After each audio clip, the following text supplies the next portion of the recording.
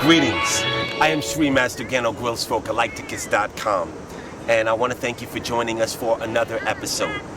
Today, I want to talk about a couple of things, but first, I want to thank everyone that came to the World Peace event in Central Park a couple of weeks ago. We had a great time, and I would also ask everyone who has one of these flyers. I'm going to give you a ritual that you can do. If you have a World Peace event flyer, I want you to take this, I want you to post it up on your altar, and I want you to give 1 minute every day. I want you to light a candle. Look at this flyer, and I want you to ask the gods to grant our world with world peace and everything that comes with it. What's the benefit of that, SRI Master Gano Grills? Why should I take your flyer, put it up on my altar and direct? It's a good question, and I might ask the same thing. The benefit of taking a message and transmitting it through the window and the gateway of your altar about something that is not about you says a lot about how evolved you are. When you can take something that is an altruistic notion, such as world peace, which is a very, very grand, broad desire of wishing everyone on the planet, of which there are allegedly 8 to 9 billion people on the planet. It's not a small number. You're wishing everyone to have homeostasis, balance, abundance, harmony, and world peace. If our world had peace, there would be no destruction, starvation, murder, any of those things that cause us to suffer. And yes, there are worlds where none of those things exist. Earth can actually be a place that is a utopiapic, euphoric place that does not have the low resonance, the low frequency and vibration that it currently has.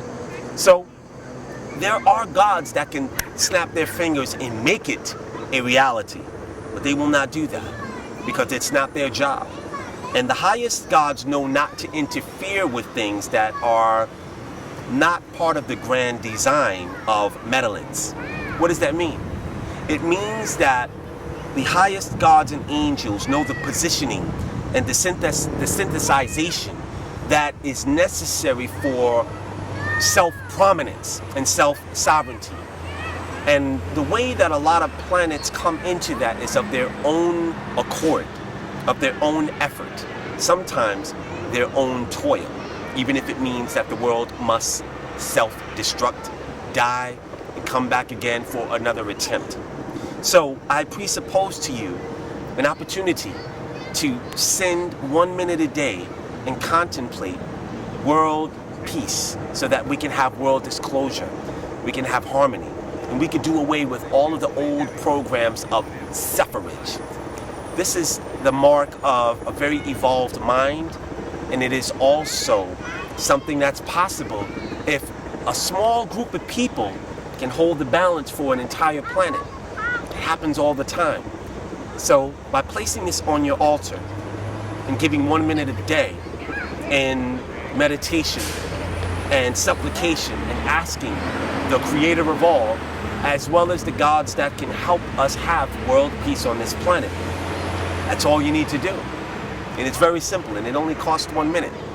All right. So the video today that I'd like to go into is about karma. Karma is a very layered, interesting topic that affects most people on your world. I want to talk about a personal event that happened where I was taking my son school shopping, but one of my sons made a very bad decision to steal something from Target. It was a bracelet. He didn't pay for it. He took it back out of the store, and something very interesting happened. I brought him a lamp and a phone case for his iPhone. And when we got about 3 miles from the store, he said, "Dad, there's no case in here." So we had to turn around, go back to the store, go right back to the the place in electronics and tell the guy that someone had taken the phone case out of the package. So the guy gave another phone case. We left the store. We got about maybe 10 miles away. My son says, "Dad, this is the wrong case." I said, "You got to be kidding me, Dolph." And we had to turn back around, go back to the store, and the guy said, "Well, what's going on with this?" He opened it up and he found that this case did not match what we thought would fit the iPhone that my son has. So this time, we made him get the case, put it on the phone and make sure it was the right one, and then we left. But something else very interesting happened. The lamp that I bought for him, he opened it up and the base was missing, rendering the lamp unusable. So now there's another trip that's going to cost time, gas, money, and energy back to the store that would equal about 4 times the amount of the bracelet that my son stole. Now, he doesn't know that I know this yet. It inspired me to do this video. So what I realized is that when I came out of meditation, I was asked to teach about 3 different kinds of karma. Let's say A karma, A for alpha. There are people that have alpha karma, and that karma is very, very good. What do I mean when I say that you have good karma? When you do something that is not in accord with the harmonics of what your karma is supposed to be, you will get smacked right away. And you will be shown the ramification of your choice of not aligning with what your karma is supposed to be. Then you have something called, let's say, beta karma, B karma. It's a secondary karma where your karma might not show you right away. It won't be instantaneous, but it will exact itself and right the inequity of your choice at a certain time. Then there's something that's very, very dangerous, and I want to call this phantom karma. What does that look like? Someone once asked me about a very powerful figure, a drug lord named Pablo Escobar. Pablo Escobar was someone that had lots and lots of money, and it almost seemed like he got away with everything.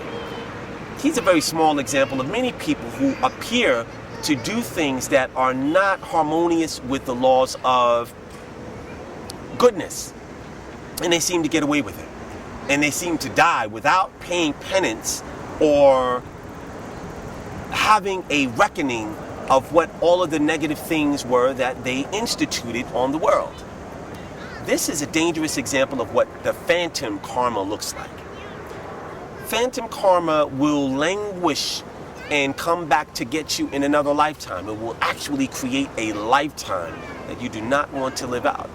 It will fashion a lifetime that will give you many times over the sum total of your negligence, of your debauchery, your iniquity, and your abominations. It will hand them to you in a complete lifetime that you will live out minute by minute, day by day, year after grueling year. And this is an example of phantom karma. When someone comes into this lifetime and they are born into a disreputable family, they might be born without arms, they might have a consecutive series of lifetimes without eyeballs and not know what it is to be able to look at the sunlight or look at the vast menagerie of colors. They might not have the ability to speak or hear. This is an example of phantom karma. Karma is a real construct within your universe, and it does not make any mistakes. There are not many people who are exempt and impugned, or I don't know if I said that right. There are not many people that do not have to interface with the laws of karma. So, to my son, I'm going to get you. We're going to go back to the store and return that bracelet. And I'm going to teach you of karma are very, very real. Now, you would think that my son would know better. My son has made a decision not to act in compliance with what he knows to be true by turning a blind eye to something that he knows full well he's going to have to pay for. So, I would impart to any of you that no one gets away with anything. When someone turns a blind eye to the laws of karma willingly, you are choosing to ignore something that will actually come to knock on your door at a certain moment in time. You don't want your karma to accumulate to the point where it goes into the phantom zone, which you can't dictate or guess when it's going to come back. How do you gauge that? If you do something wrong and you get spanked right away, that's a good thing. You want to keep your karma right there. You don't want to get to a point where it hides and lurks and waits for you to die and come back so that it can produce a very luscious buffet for you to eat from. I am SRI Master Gano Grills for Galighticus.com, and I hope this video has served you well. Namaste.